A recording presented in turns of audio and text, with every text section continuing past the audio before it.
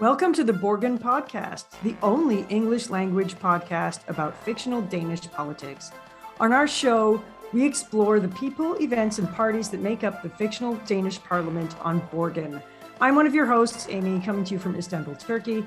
And I am, as always, joined by my good friend and co-host Chantal, who broadcasts from her room with a fabulous view in Toronto, Canada.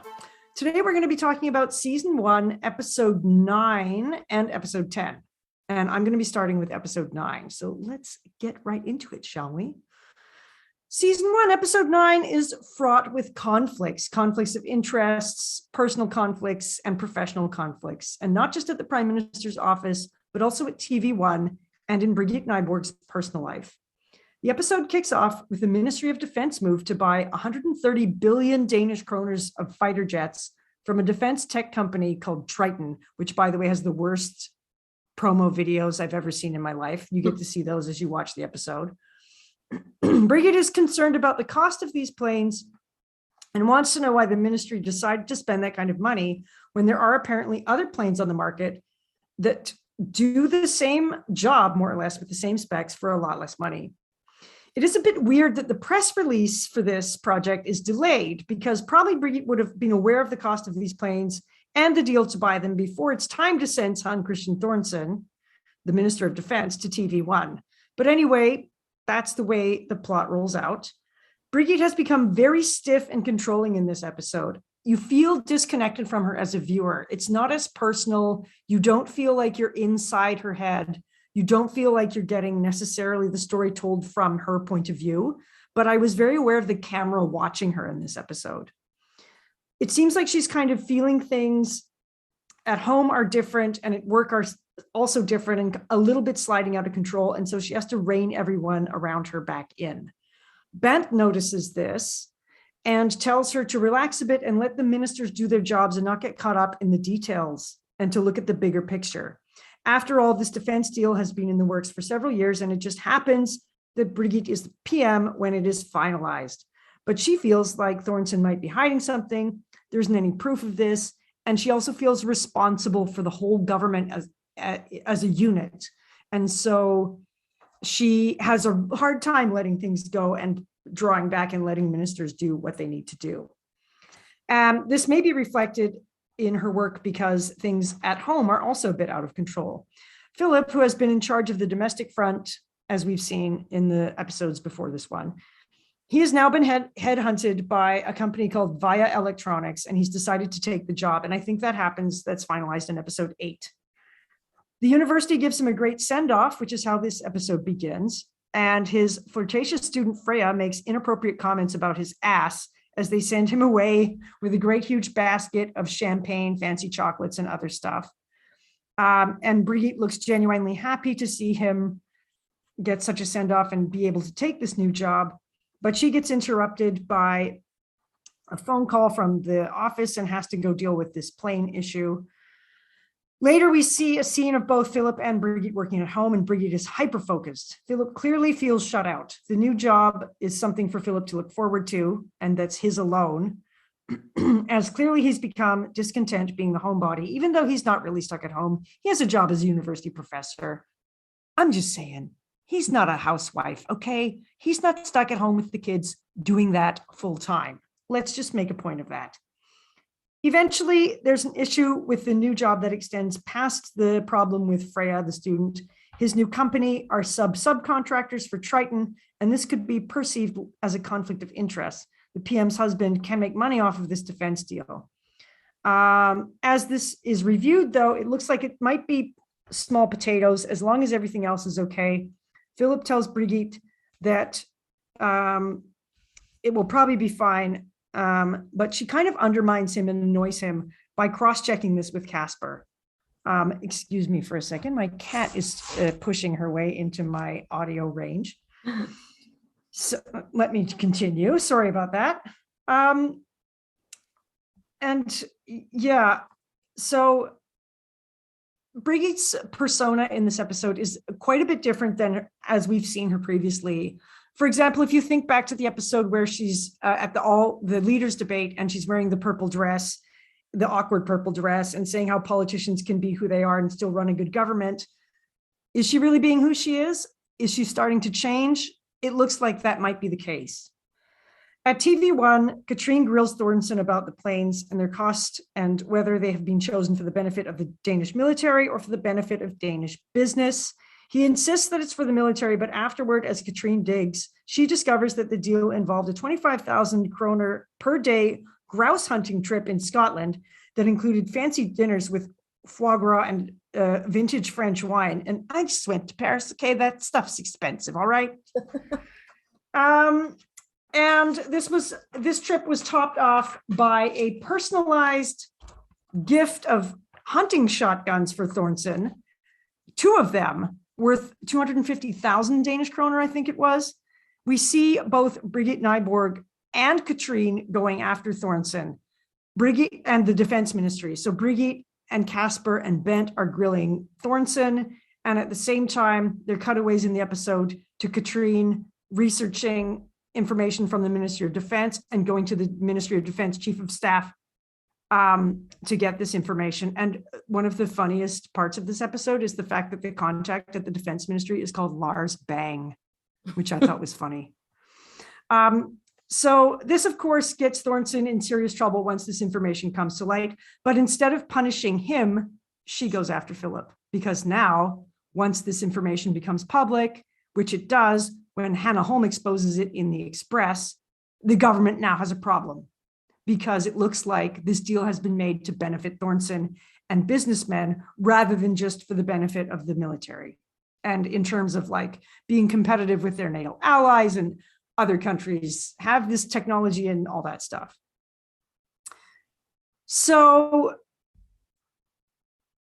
Thornton's extravagant trip is revealed in a second interview at TV1, and afterward, Brigitte is forced to act. She decides on a policy of openness where all trips, gifts, and expenses of any ministry will be available online to the public. This results, of course, in Brigitte telling Philip that he can no longer accept the job at Via Electronics because of this money-making business. But his company is like a subcontractor. So they're a subcontractor of a subcontractor of Triton. And I think the comparison in the episode was like, it would be if Brigitte put gas into the ministry's car, and it just so happens that Philippe is the head of the petrol company. Mm-hmm. So it's very like pocket change, like tiny bits of money that we're talking about here. But when Brigitte tells Philip he can't accept the job at Via Electronic, this takes the cake and pushes him out the door. He's really angry about this. He looks like on the surface that he's accepting it, but they have a bit of an argument about it. He said, "Are you even allowed to have a husband? You know, if the PM's husband can't be seen to be making money off of this deal," he's like, "Are you even allowed to have a husband?" So this is not looking good.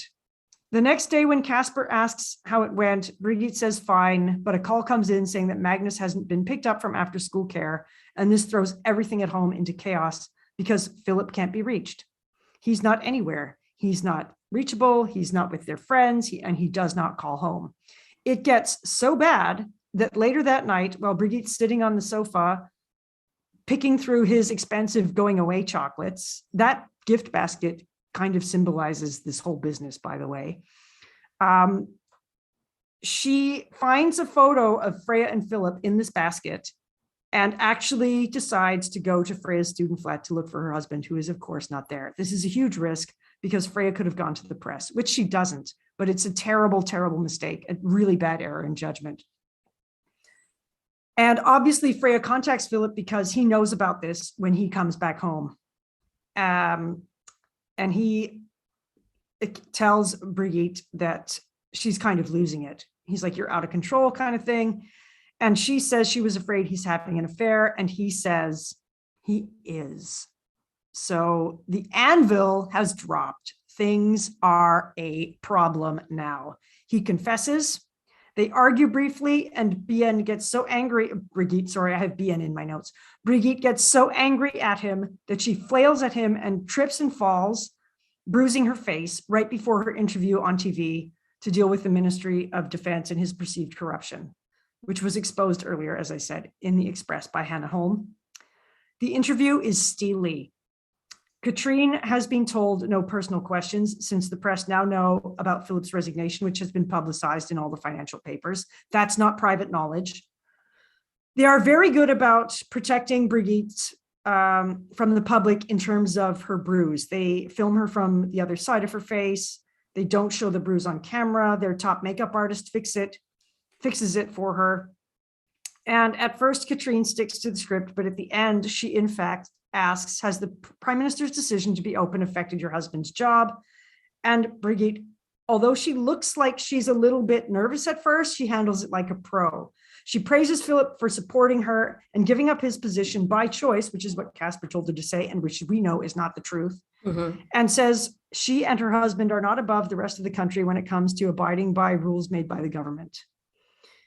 But this interview has major fallout, even though even the makeup artist watches that and goes, damn, she's so good. And you see Casper there sipping the makeup artist's stash of mini bottles of vodka for interviewees who have nerves when they're going on TV, because he's freaking out about the whole thing, which is kind of funny. I thought that was pretty good. So the fallout is as follows. Katrine has finally pushed her boss, Torben, over the edge. He has been warning her throughout the episode to let certain things go and let others do their job, which echoes what Ben says to Brigitte, and to focus on anchoring instead of doing the digging and research. Torben loses it at the fact that she even takes her earpiece out and says she has a technical problem, but she's actually just gone rogue. He gets so angry at her. He is convinced that this could cause serious issues with the top management at TV1 and the Prime Minister's office. And he tells Katrine to clear her desk out and take her 4 weeks of vacation, leaving her gaping at him in the studio.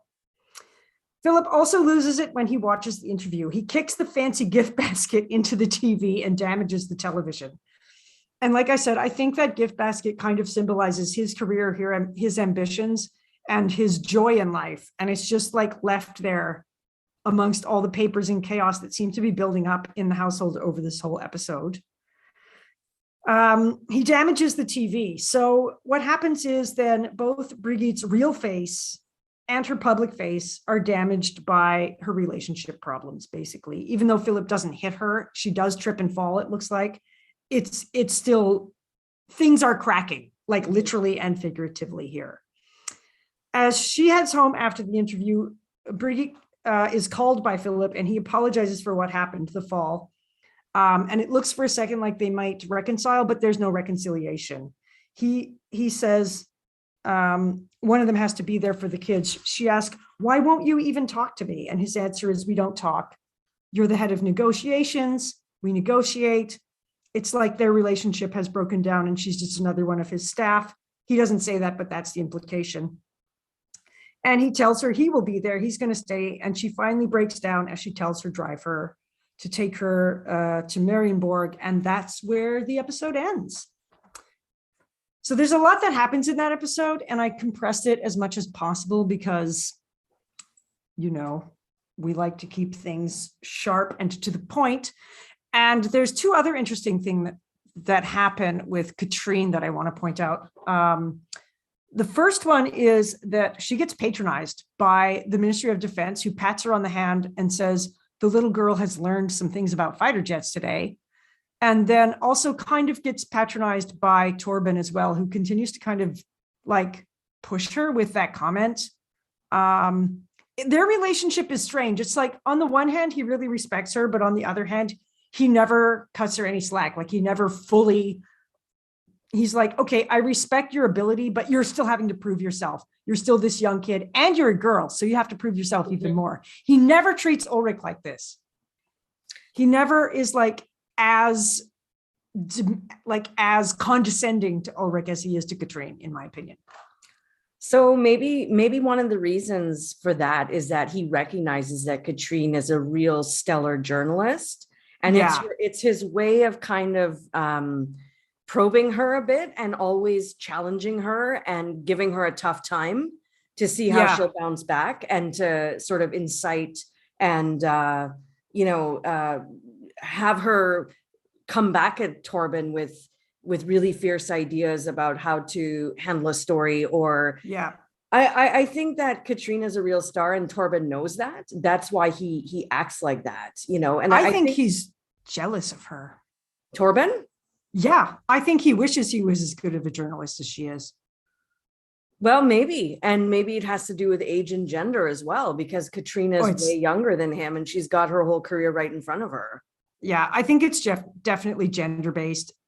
He wouldn't treat male reporters like this. He would be like, yeah, go get him. Yeah. Well, push him. maybe Yeah, he go. sees her as a threat, right? That's what I think. He's got really hot ideas about how to approach a story and how to push the envelope with certain hot stories that the country and the world want to know about. Like, you know, and maybe Torben, because he's a boss and a director of this TV station or this group, he has to take a more conservative approach for optics, whereas she doesn't care about that much and doesn't understand that she can't go off the rails because, you know, she has to keep a certain tone.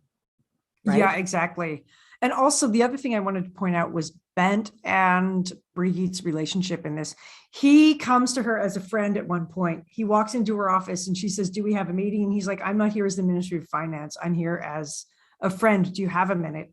And he tries to figure out what's going on with her. He knows there's something bothering her personally, but she won't even open up to him. Like, she is holding everything together so tightly.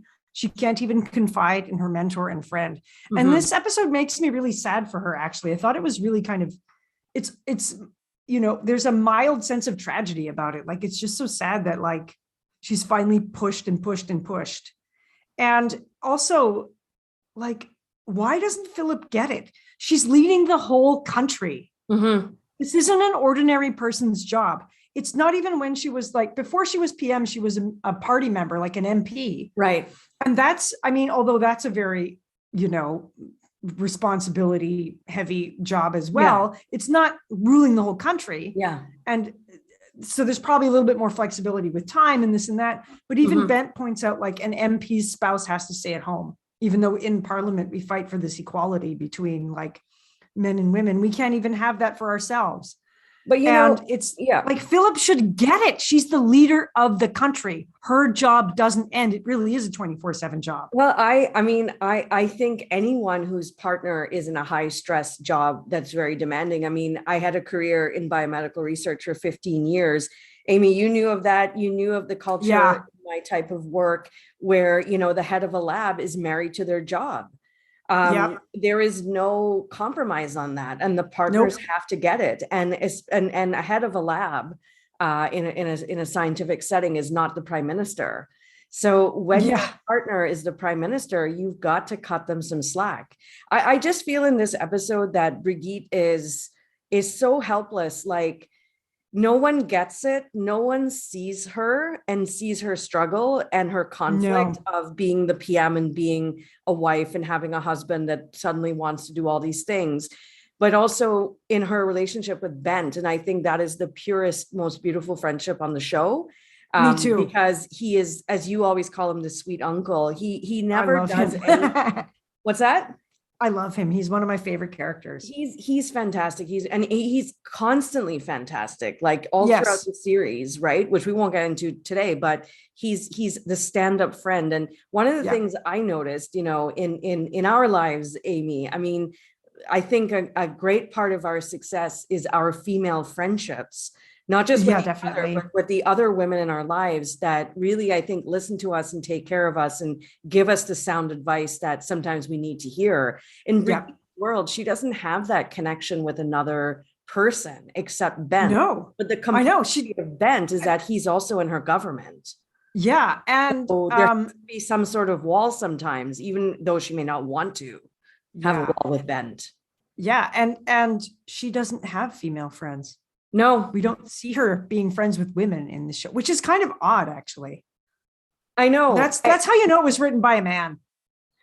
Like, that's how you know the series developer is a man. Or is it a commentary that, you know, as we know, and sometimes we talk about this from our real life situations, sometimes women could be our biggest enemy. Yeah, right? That's true. But like, jealous and envious of, you know, if we have something that they don't, or they perceive we have something that they don't, they could be the nastiest. Yeah, right? That's true. They can cut us down in ways that I don't think men would even know how to do. You know what I mean? And both of us have certainly Yeah. And both of us have certainly experienced that We have before, experienced that. Exactly.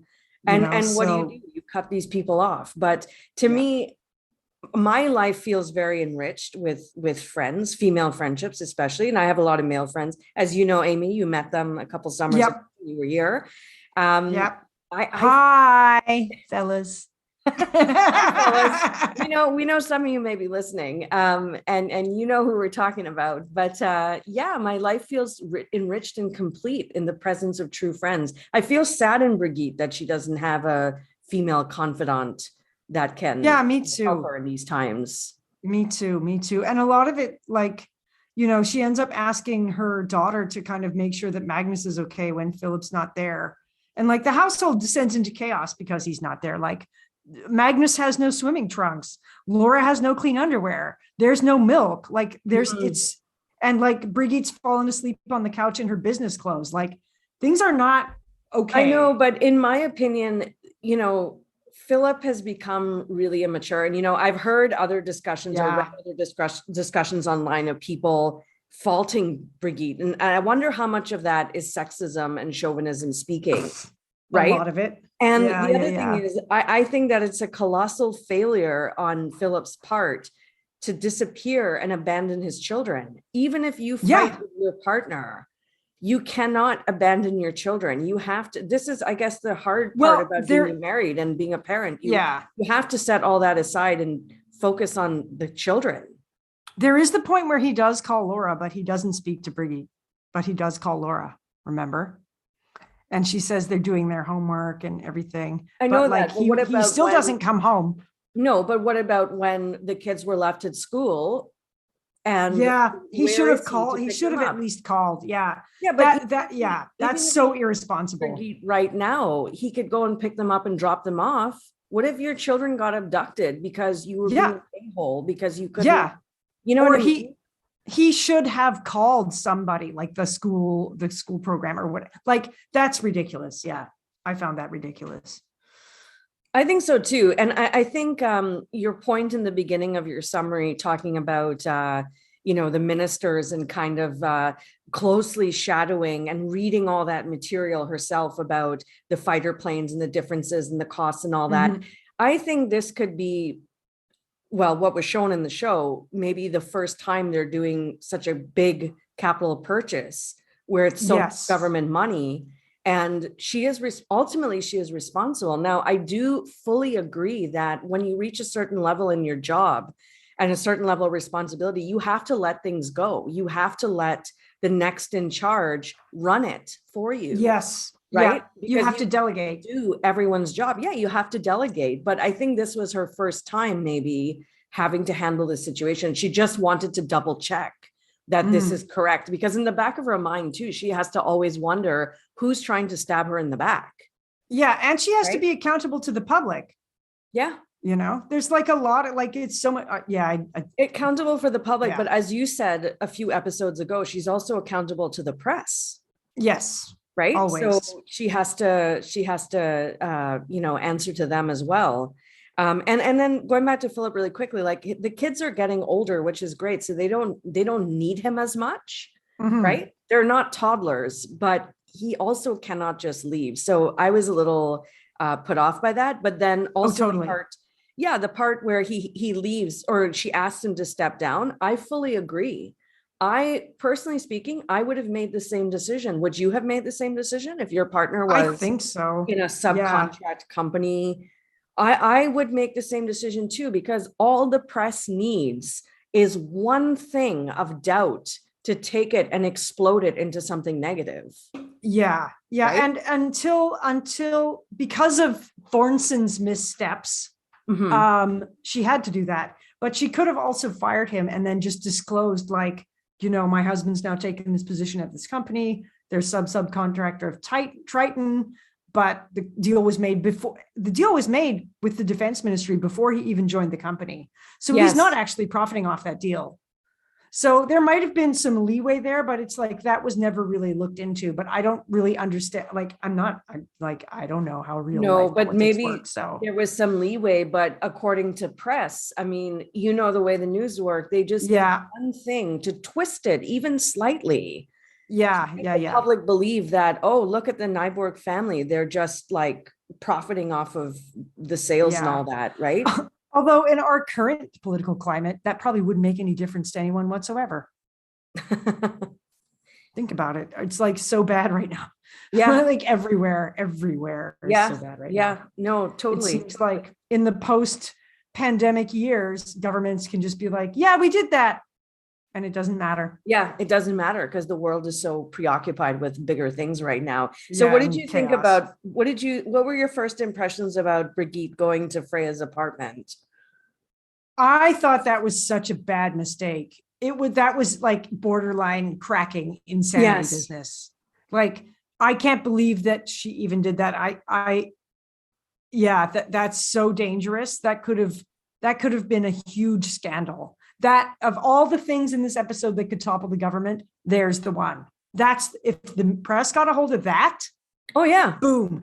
Yeah. The Ministry of Defense thing would disappear. Oh yeah. That would be the top story for a long time. Because they would sensationalize that and make her out, a hurtful woman, and she's so emotional. Yeah, like so emotional. Yeah. And it to me, I felt shocked and alarmed that she would do that, because that's a big mistake. Oh, it was horrifying. Right? Yeah. And if Freya had turned that around or was nasty and said, you know what, you need to pay me X number of, Yeah, she could have extorted her, or she could have been like, I'm going to the press. She could have just gone straight to the media and been like, the prime minister is a crazy, jealous wife. Yeah. You know, and like, it could have been so bad. So bad. Mm-hmm. But thankfully it wasn't. Yes. But I think woman to woman, maybe Freya got it. Yeah, I think maybe too. I think she understood that, listen, man, I'm not here to take your husband and he's not hiding here. But woman to woman, we've all been in those situations where that pang of jealousy or doubt goes in our mind, and we act the most innocent victim in this whole episode was Freya's boyfriend. It was like Brigitte pulls this curtain aside and he's like, ah! And he has to like hide. He's like lying in her bed in his underwear. But could you imagine the prime minister bursts in? I know, that's so like, I can't imagine if Justin Trudeau burst into my house for my booty call. Like, that would be awkward. That would be a moment to remember for the rest of your life. I'll say, and I'd be like, Justin, what are you doing here? Yeah. Would you like to stay? Yeah, maybe you would. I know. So yeah. I'm just kidding, of course. He's a happily married man. He's very busy right now, controlling a lot of problems. Chaos in Canada, yeah. In Canada, yeah. But we won't go into that. Let's continue. No. We're talking about fictional politics. Yeah, we don't need to talk about real politics. I think everybody's sick of real politics. I know. All right. So I guess that brings us to episode 10, which is your lead in, right? Sure. I'll take it over. So so welcome to episode 10. This is the season finale. This is the episode where it opens with Simon from TV1, who's the young blonde reporter, reporting that, quote, the PM is under a lot of pressure when she opens Parliament.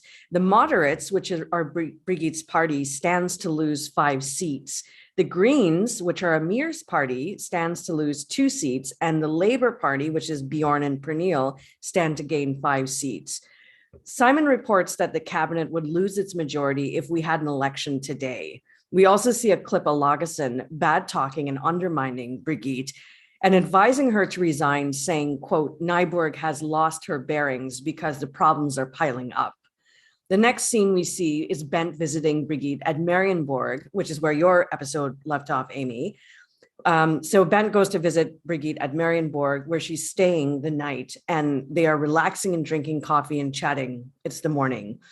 Brigitte knows that the polls are down and that the Labour Party is benefiting from it.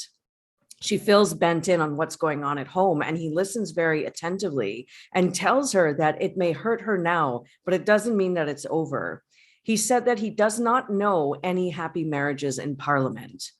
After that, we see Casper working at Parliament on a Sunday in a tracksuit, coming in after a run. He's there to work on a speech that Brigitte is going to give when she opens up Parliament. He's listening to quotes from American President John F. Kennedy's inaugural speech for inspiration. San, who's also in on a Sunday, this is the secretary, working, is also in on a Sunday working, and he asks her for her opinion. She replies and says that she would remove the word bound from the draft speech because she didn't like it. And, she's giving her opinion. She's very sweet and shy. She has always displayed tremendous respect and decorum, but he undermines her suggestion, saying that, quote, it's not really her field, which is a total dick comment. He later tries to redeem himself by asking her to read the whole speech and that he'll buy her sushi. And so I want you to remember these scenes between Casper and San, because this is going to come up again, scenes between them. We know that the word has gotten out regarding Brigitte's marriage because Casper runs into Han outside the Parliament, who asks Casper to confirm that Brigitte has been sleeping at Marienborg, and that Han tells Casper that she knows that Philip has been removed from a top job. Brigitte is also working on a Sunday, and she tells Casper that they need to stress their collaboration with the Labour Party in their speech. In regards to the rumors that Han is asking Casper to confirm, Brigitte says no. They do not need any negative comments and stories about her personal life. At home, Brigitte tells Philip that they need to talk and to find a more valid solution for the family life, their family life. It comes out that he spent the night with his headhunter. After he resigned from the job, he and the headhunter hooked up, apparently.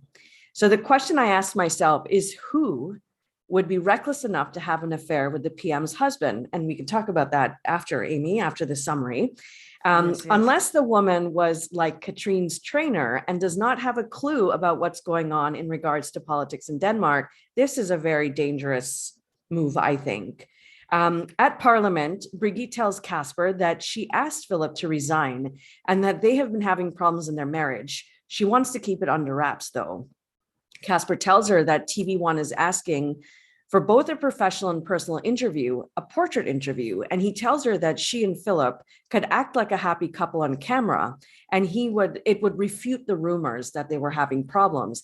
He suggested Brigitte address this and that the interview can be anywhere Brigitte wants and feels comfortable.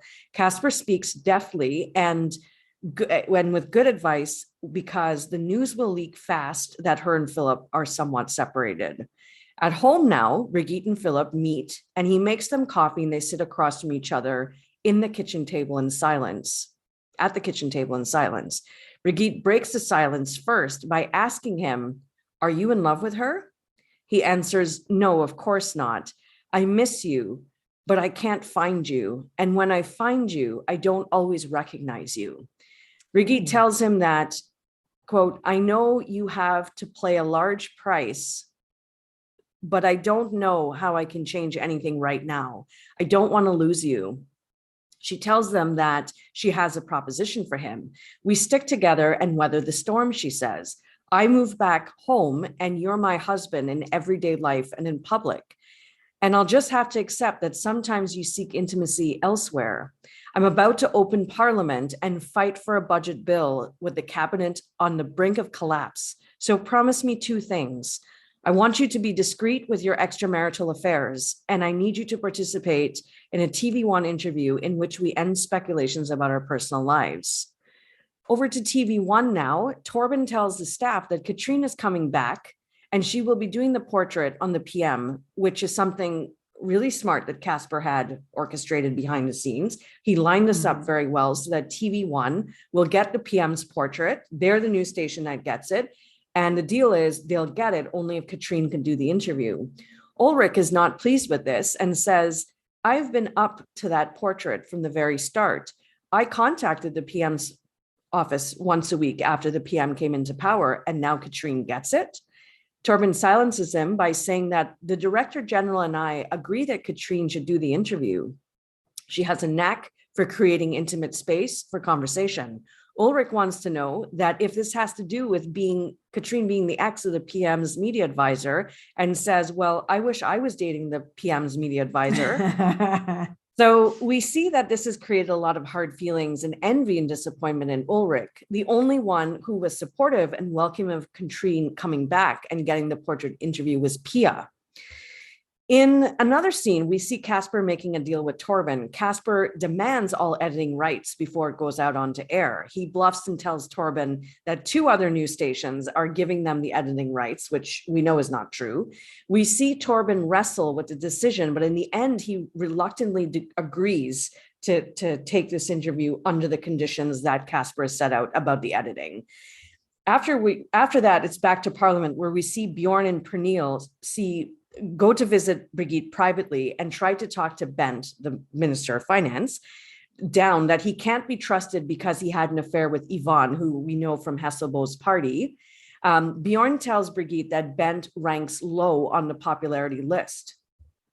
In a scene between Casper and Sam, we learn that JFK's speechwriter was a man from Denmark whose parents immigrated from Denmark to the US for a better life. Casper says the greatest thing in Kennedy's speech was that it creates pathos and solidarity with the people. He describes the speech. He is standing eye to eye with Sam. He puts his hand on her stomach and heart. Then he kisses her, which was so wrong and unprofessional and inappropriate. The male secretary to Brigitte, Niles is his name, comes in and interrupts them. Niles does not see the kiss, but can infer what had just happened. He tells Casper to clean up this mess when Sam leaves in an awkward hurry.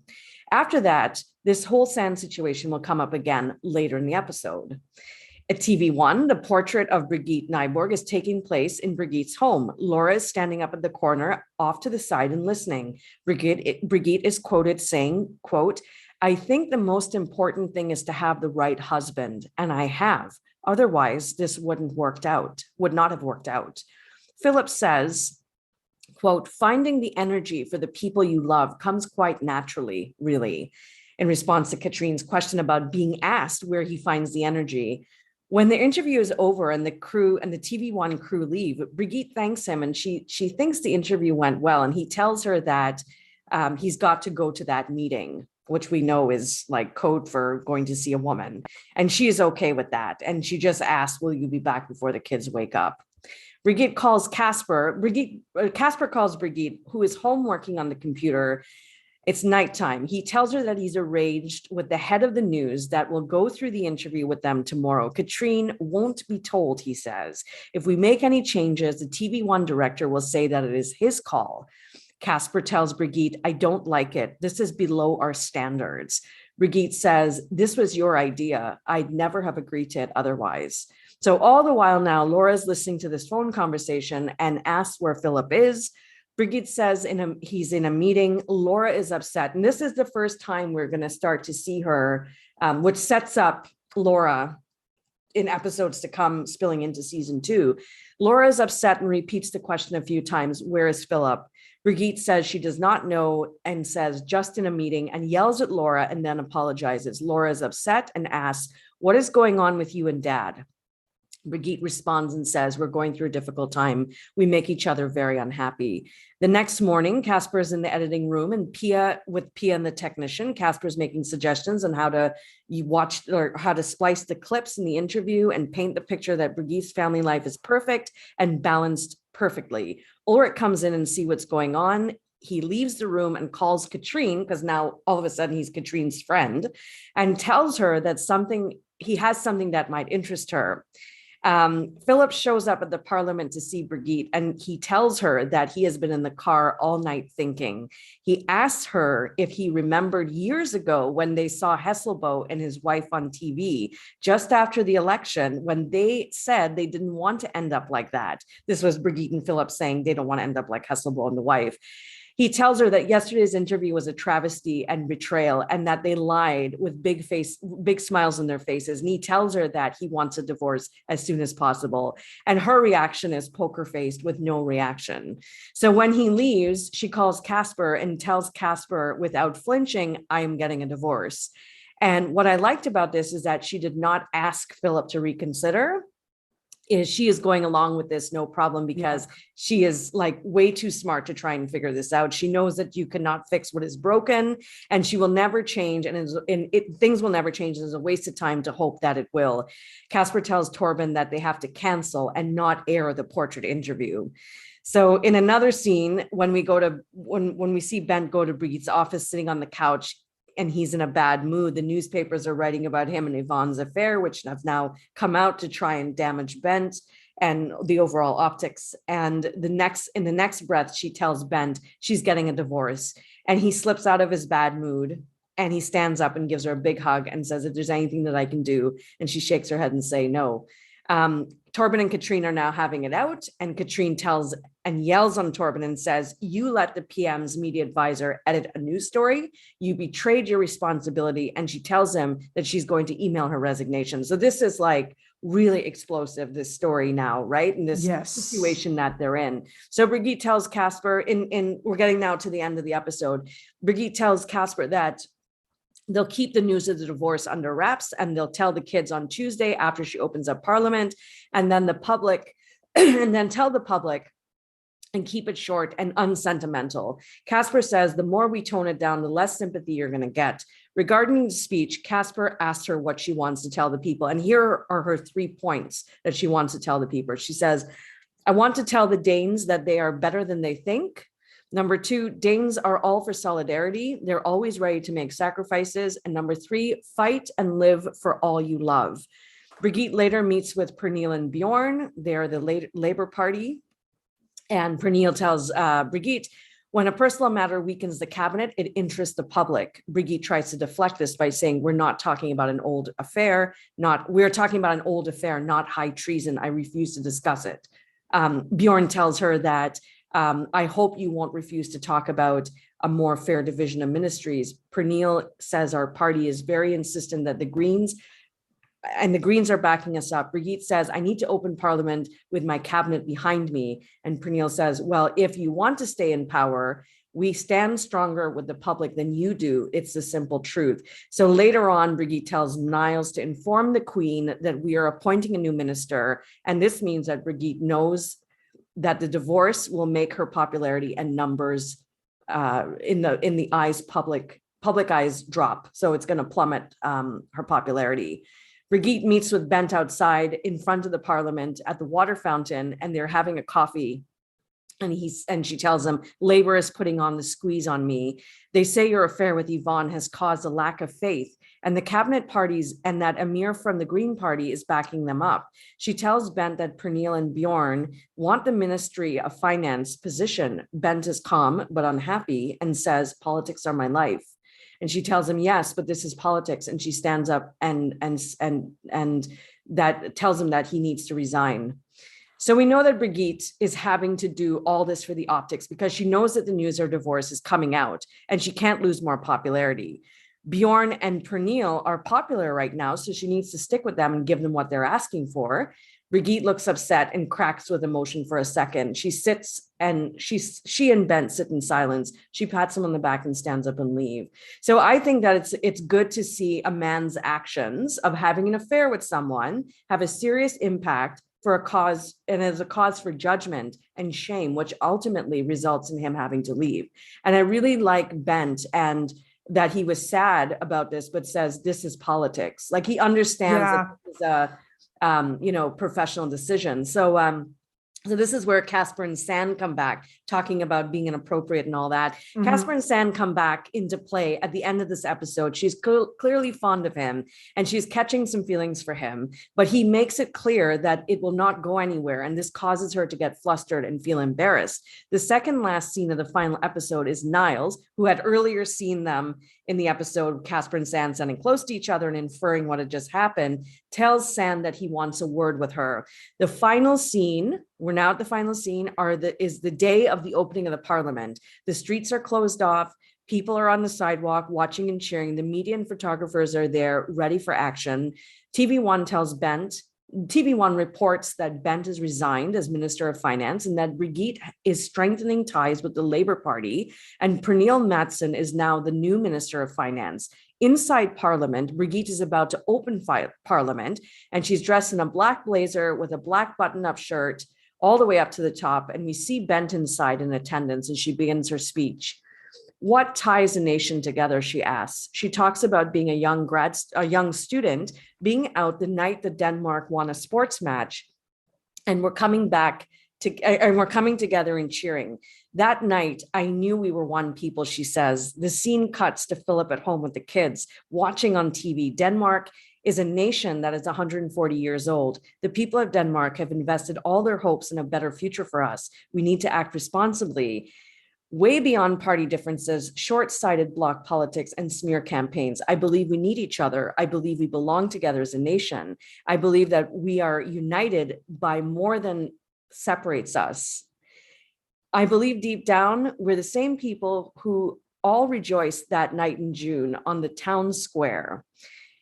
For those of you who have forgotten the lyrics of the national anthem, it ends with "Our ancient Denmark shall abide. Let's see to that together." So people in attendance are listening carefully and attentively. The camera moves. I'm sure that sounds better in Danish. I'm sure it sounds better in Danish than in English.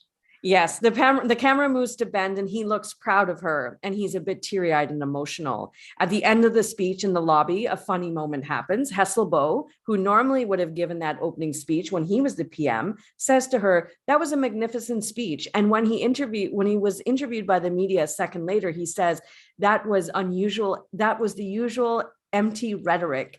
Spend, who we don't like, Amy, comes, tells her the right-wing guy. Yeah, he comes up to her and says, off the record, "That was an exceptionally fine speech." And her and Bent come face to face in the end. And she says without emotion, "I did what was necessary." And he says, "That's what a PM does." So now, like, ending the final episode, like the final scenes here are Casper and Katrine. They have a scene in the end where she tells them that was possibly the best opening speech she's heard. And she tells them that she's quit her job at TV1. She's caught on to Torben's deal with Casper about editing the PM portrait interview, which was all for naught because it never aired in the end, right? And in the end of the final scene of season 1, Niles says it is one of the best opening speeches he's heard in his time. "I didn't think you'd last a year," he says, which I think was a little out of line to be telling Brigitte that. But anyways, he's the permanent secretary, isn't he? The permanent secretary, the blonde guy. Yeah, he represents the queen. Yeah, he represents the queen and is like the go-between between the queen and the royal family. And I guess he does Prime have Minister's office. The sort of maybe power to say that. But he also tells her, this is like the final scene now. He also tells Brigitte, so Niles tells Brigitte in a matter-of-fact way that he's, quote, "finally found due cause to get rid of San. Staff issues, don't worry about it. Your new secretary starts tomorrow." So Brigitte doesn't ask any questions and she trusts his words. Last scene before we go to the credits is Brigitte sitting behind her desk and signing a new document that has her name with the text "States Minister" under it. She signs the documents and the credits roll. Yeah. So a lot happened in our season finale here. A lot of ups and downs. So much, yeah. It was very hard for me to compress it, but I wanted to paint the whole summary. Yes. What do you think about the season finale? Do you think it was? I thought it was really tight and really good, actually, and I thought it was really interesting, like the Hesselbo. A Nyborg family parallel, like that was the first or second episode. That was the first episode of season 1, right? That was the first episode. Yeah. The Hesselbo scandal with the credit card. Yeah. And then I remember Philip and Brigitte saying that will never be us. And it totally becomes them. And I don't think it's about personalities. I think it's about the pressures of the job. And because obviously Hesselbo's wife suffered from loneliness and disconnection with her husband and ended up having worse problems than Philip, actually, in a lot of ways, because she became quite unhinged. Philip is perfectly hinged. He's just kind of done with the whole playing house business, which is kind of silly because I think a woman would be expected to just maintain that role. And the saddest part of all is all the business with Bent, because in some ways, I don't think he should have been punished for an affair at that point in his career. Like it happened years ago, right? Like it was old. And so I don't think he should have been necessarily punished for that. But it's interesting that as far as a story device, his character, who's been the mentor and the advisor to Brigitte the whole way through, becomes kind of the one where she has to enact all the advice he's given her. She has to put on their relationship. You can't have friends in parliament. You have to make decisions that are difficult as a PM. You can't take personal history into account. You have to do what's best for the public and best for the states minister's office and best for the party. And all of those things she has to enact. And when she asks him to resign, that's exactly what happens. And he understands that and respects it. And it's so poignant and so touching. And it's a very interesting device that doesn't happen with although it did kind of happen at the very beginning of the season when she cans Casper. But of course he gets called back when the new spin doctor is such a dud. And then, and then the interesting parallels between her and Hustleball. It's a very circular plot. Like the beginning of the season and the end of the season tie together very nicely, I think. And it's so sad to see, that relationship with Bent and her is so poignant. And as it develops through the season, he's one of my favorite characters. He's such a warm and genuinely, yeah. And honestly, I don't know what real politicians are like other than what we see through the media, right? I don't know anyone involved in politics. I'm an ordinary citizen with, I'm not one who's anti-vote. I'm not anti-democratic or anything, but I vote, I do the things, because of the way we discuss feminism and stuff. It's pretty clear that I'm not a right winger.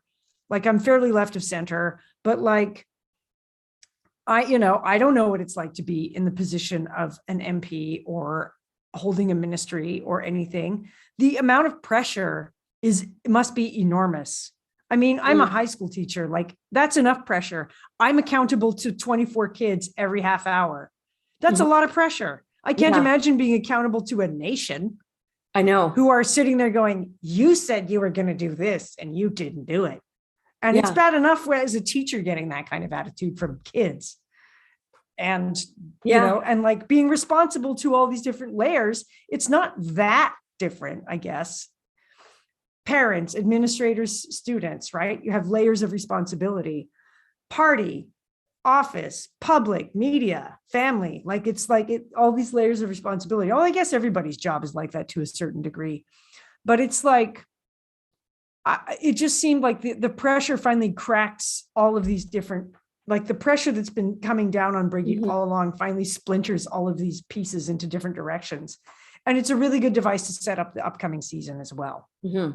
I felt very sorry that Sam got caught up in the situation with Casper, because I think he egged her on.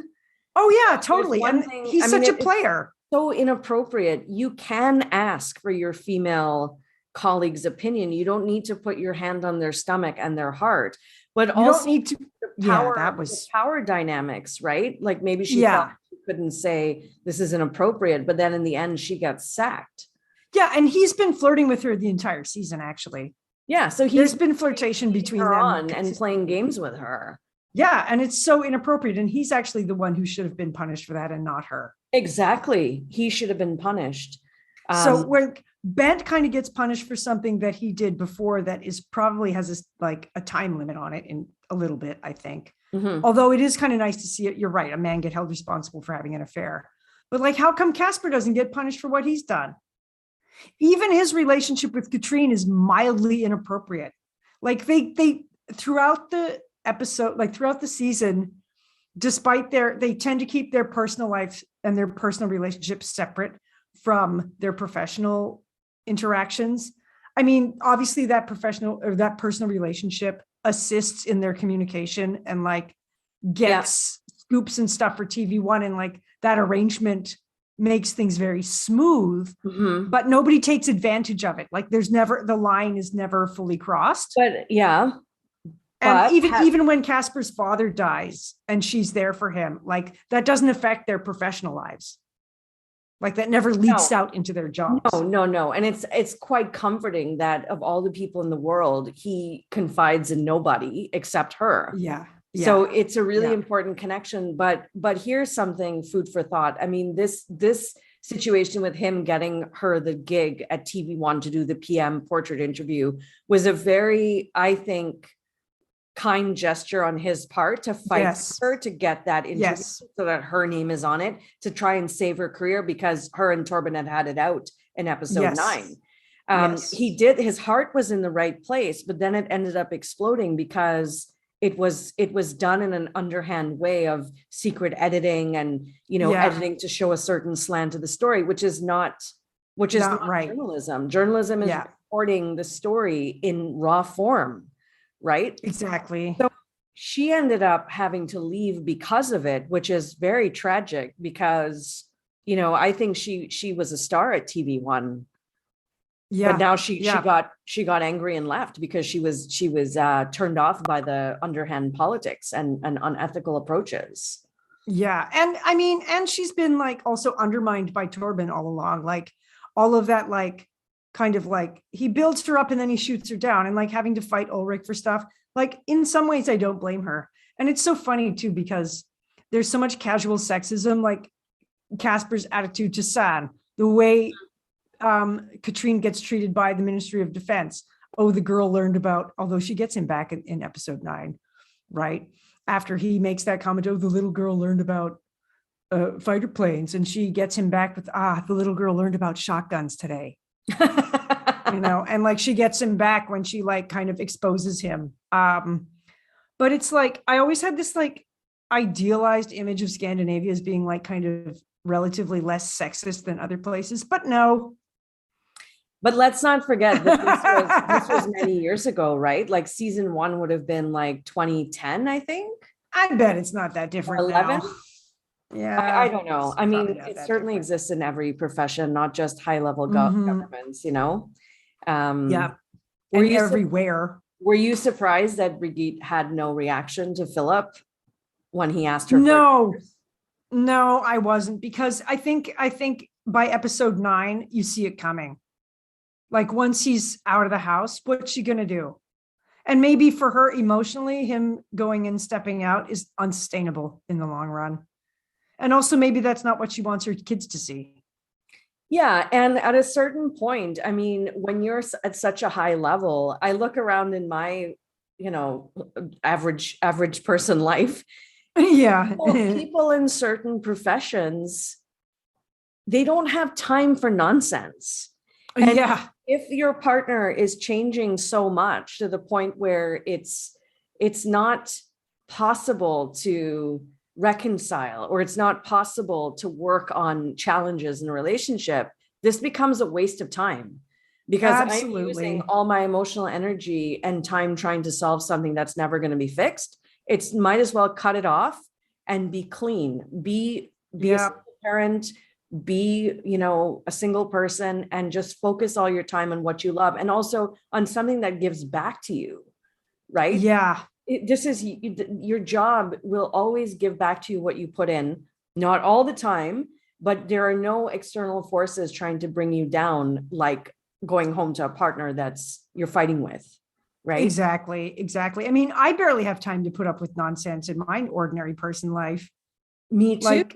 I mean, you and I, we have busy jobs. We often work weekends. Like, I don't have time for nonsense either. And I don't have time to take meetings with people if they're not really necessary.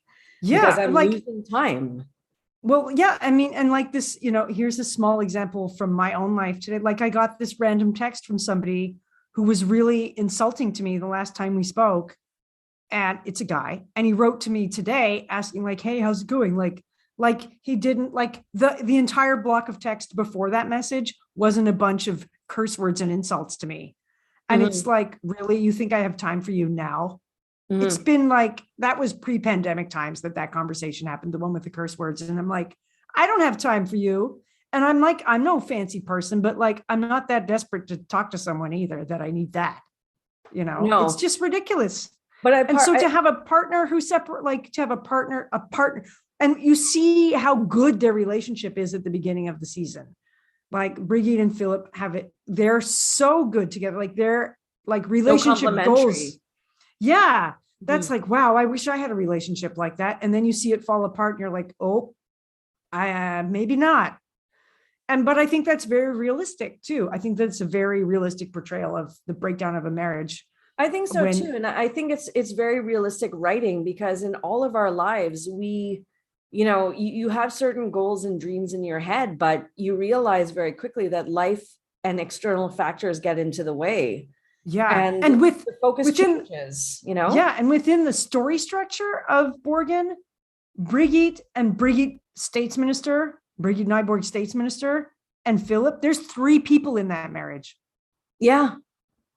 There's her and Philip, and then the Prime Minister and Philip. And slowly, the original Brigitte gets kind of overshadowed by the Prime Minister character. But to me, there's no way that it can't be, because of the enormity of her job. Of the pressure, yeah.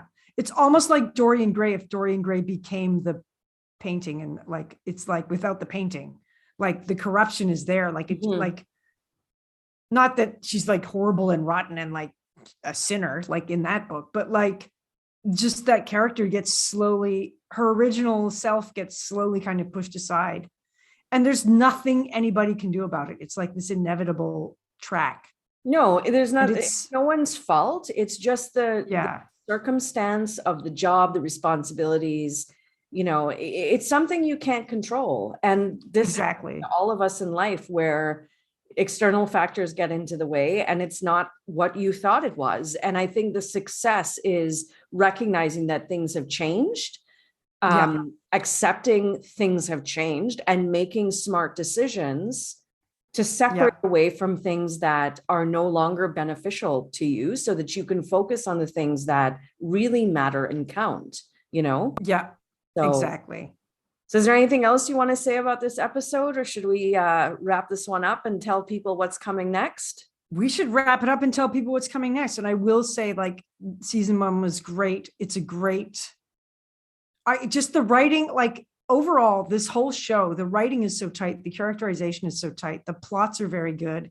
It's extremely well written and well structured as a piece of literature. Like that I said I was a teacher. Yeah, I'm a literature teacher. Mm-hmm. So like looking at this from a literary point of view, or like a plot device writing character development point of view, even like little things become symbolic, like the gift basket, like the cookies.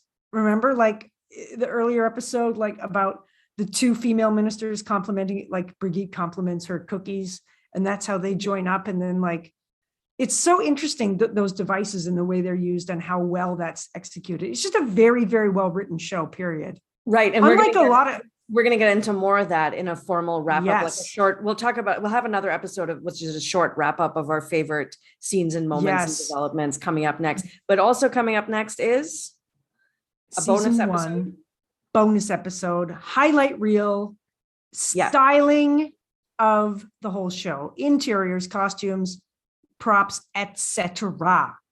Yes. So with that, let's wrap it up, Amy. So I will take us out of this episode. So we'd like to thank our listeners for joining us on this episode. You can check us out on our website, theborgenpodcast.com, where all of our episodes are archived, and you can learn more about us and the show. We'd like to thank our good friend Garth Jensen for providing our intro and outro music. Thank you very much, Garth. And lastly, don't forget to check us out on all social media platforms. We are there and we'd love to hear from you. Don't forget to connect with us and share what's on your mind by using the hashtag #TheBorgenPodcast, or by sending us an email or voice memo to theborgenpodcast@gmail.com.